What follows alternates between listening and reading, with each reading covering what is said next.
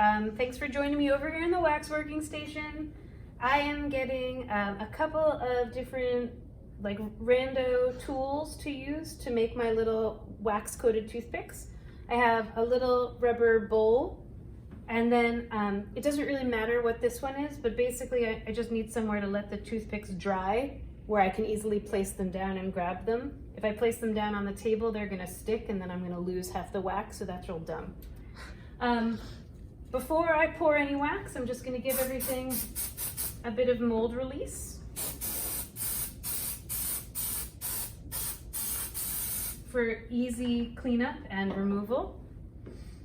And then I'm gonna grab a little liquid wax.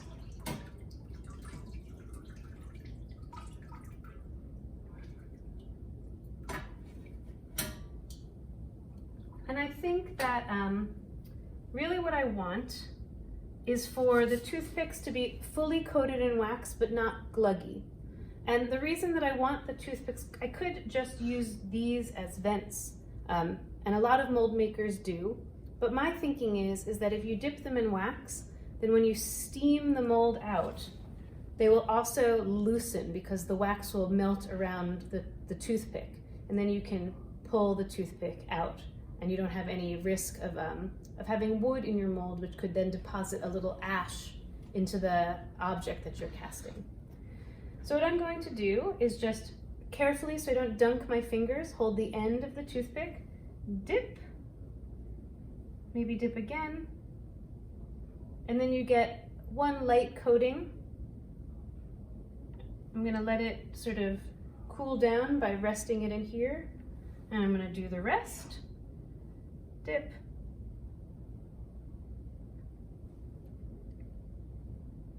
dip. I only need two, but I'm always gonna bring myself extra because who knows what happens over in the mold making station. And then I can just keep them in my toolbox for later use. Dip, dip. And then I'm going to remember where I started. I sort of started that over there. And then I'm just gonna go on the other side and do a second dip.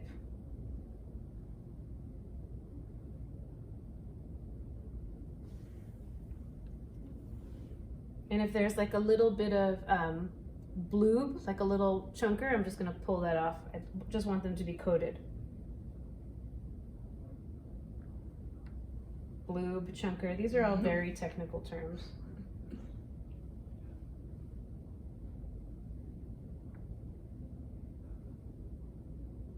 So now my whole toothpick is coated, and I'm just gonna do one more pass.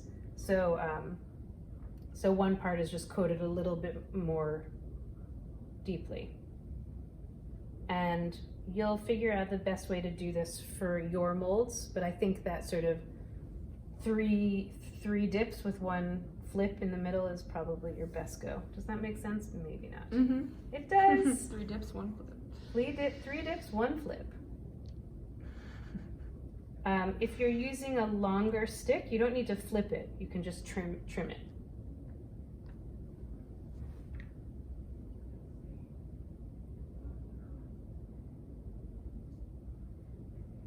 All right.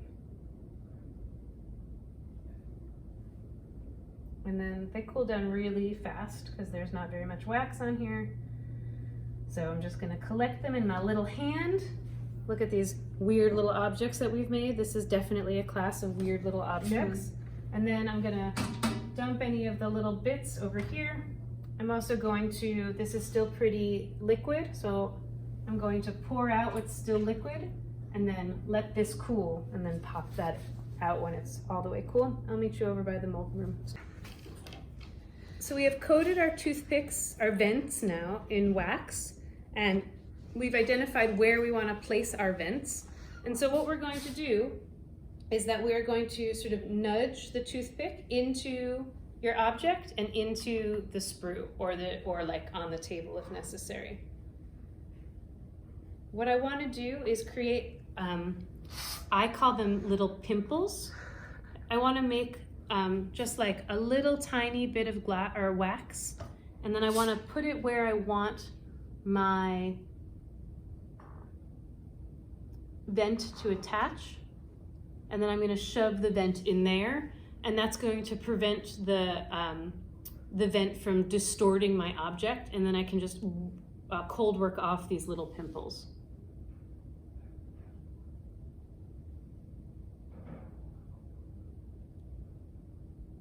Why am I doing this left-handed? It's so much harder. And then I'm just gonna turn and look and make sure that it's sort of at the lowest point or the highest point, depending on what orientation you're thinking about.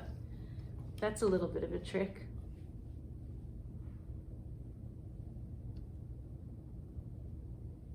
Okay, so you can see they're pretty well centered now, those little pimples. And then I'm gonna take this, and I think the best thing for me to do is sort of figure out exactly where it's level with the sprue and start a little hole so I can nudge it in. And then, I'm not gonna go in very deep with either of these objects. So I'm gonna figure out how long I want them to be, and then I'm gonna trim. So I want it to be about that long, so I've made a mark. I'm gonna use my tin snips, and just be aware that when you cut anything with tin snips, it sort of wants to fly, so I usually cover it with my hand. Try not to cut your hand, because that would be silly. And now I have the right length. I'm going to press in here at the bottom first. The wax is a little harder than I want, so I think I might sort of route out a hole with my knot vent, but a very similar tool. Delicious. And then slide in. Need a little bit deeper.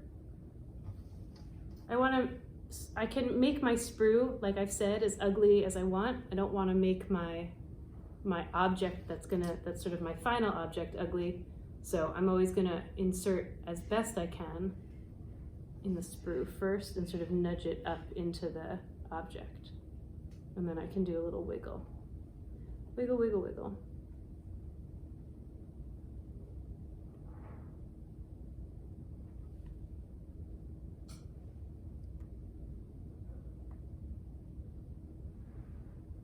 Yeah, that looks good.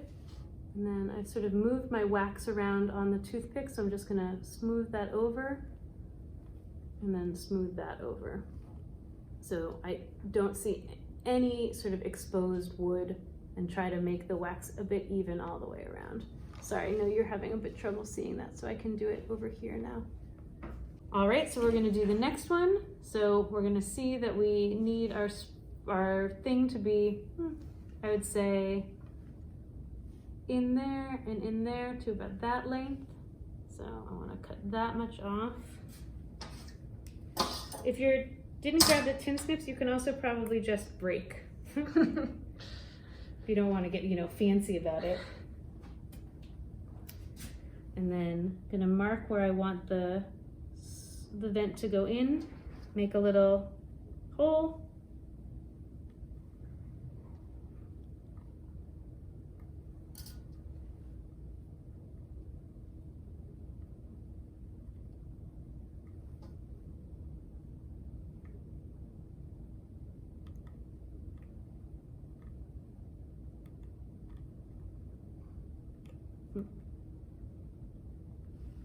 Squeeze her in, and then squeeze the vent into your object, making sure that those connections are pretty good. That looks great.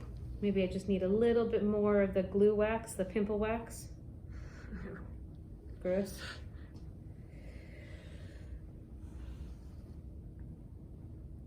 To connect that that line, but remember, glass isn't flowing in here, it's just air. It's just a vent for getting air out, so it doesn't have to be very big. In fact, you do not want it to be very big, because otherwise you have to cold work off more blemish. That's why it's called a pimple, because you have to cold work off the blemish. All right, I'm gonna just spin around a little bit, make sure that those vents are sort of move that wax around a little bit more just to make sure that the wood is totally covered. Tidy up around my sprue, and then I think we're pretty good. All right, so venting, done. Pause. No, we can keep going. All right. So all of my little objects that I brought out for venting can go off to the side. We don't need them anymore for the project. And now we can also move away our pen. We're done with that. We'll move into prepping the object for the for making the mold. So the first thing that we do, pretty much everything that I do in here is in service of like making cleanup easier. This studio can get very dirty, but it doesn't have to get really dirty. And so I'm gonna give you a bunch of tips and tricks to make cleanup better all along the way. So I'm gonna grab out my tube or tub of Vaseline, and I'm going to just squeeze a little bit onto my finger. If you hate the feeling of Vaseline on your skin, you can grab some rubber gloves, or you can use your chip brush. And I'm just gonna really lightly, like it was like a pea-sized amount of Vaseline. I'm gonna Vaseline my cottle.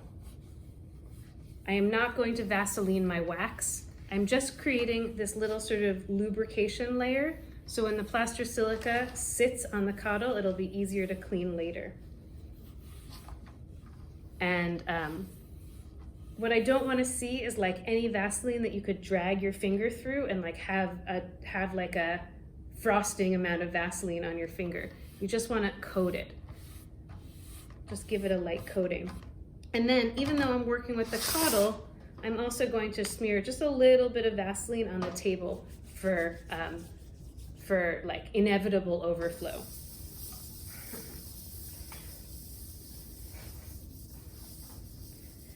Sometimes inanimate objects need massages too.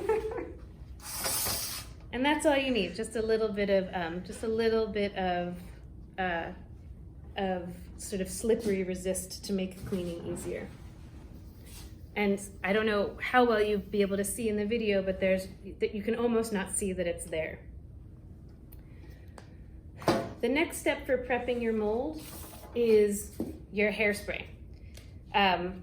This particular hairspray is smelly, but is okay to like pop into the atmosphere a little at a time. You know, like it is aerosol, and we can have all sorts of environmental conversations about that. But the aerosol allows it to get this really even coat. So what I like to tell students is that while this looks like something that your 1980s aunt might keep in her bathroom, really what it is aerosolized glue. It is spray-on glue. And so we use the max hold and the cheap stuff, and it is literally just glue. It's terrible for your hair, but really good for mold making. So basically what I want to do is create just the sort of gentlest sticky surface. So when I build my first layer of mold material onto my wax, it doesn't slide off. Wax is naturally waxy, so it doesn't love holding things on vertical surfaces. So the hairspray helps combat gravity.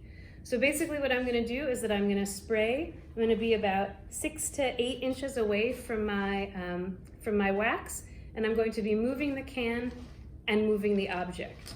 If my object wasn't movable, then I would be moving the can and moving my body. All right, so 6 inches away, depress, move, spray, go all the way around, and then if you have deep undercuts like what I have, give a little bit of love into those spots especially.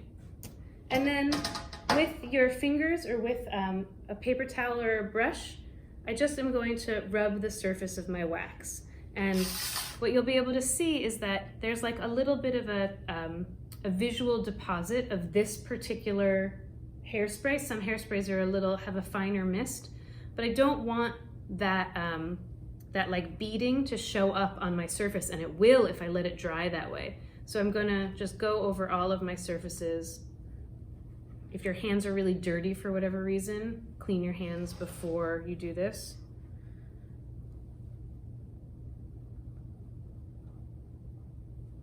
And this is also a good way for you to encourage hairspray in spots that may have been missed. It doesn't really matter about the sprue, but just give your wax a little bit of a little touchy all over. And then you're gonna wait for that layer of hairspray to dry. It takes about a minute, 2 minutes, and then you're gonna do a second layer. So you're gonna do 2 layers of hairspray. All right, it's been a minute. There's not really a good indication that the hairspray has dried because there will be spots depending on the texture of your wax that will stay shiny because it's glue. So just wait a minute and you should be good. And then again, spinny, spinny, spray, spray.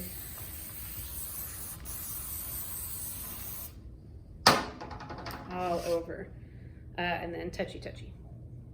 Spinny, spinny, spray, spray, touchy, touchy is just the way it goes. Yeah, it's like a good jazz riff.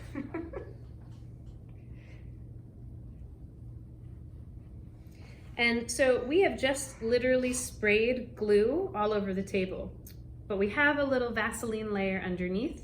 But if you can like see a bunch of hairspray on the table, that might be a good time to grab just a paper towel and just wipe it up.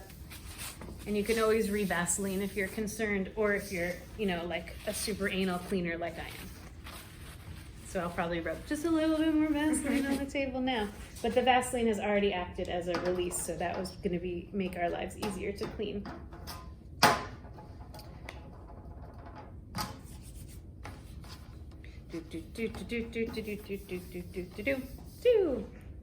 All right, so we're done. Just kidding. We're done setting up our wax. There's nothing more that we're gonna do with our wax. It is ready to get invested. So what we're going to do is move over to the mold mixing station and talk a little bit about plaster silica and the processes of building the mold.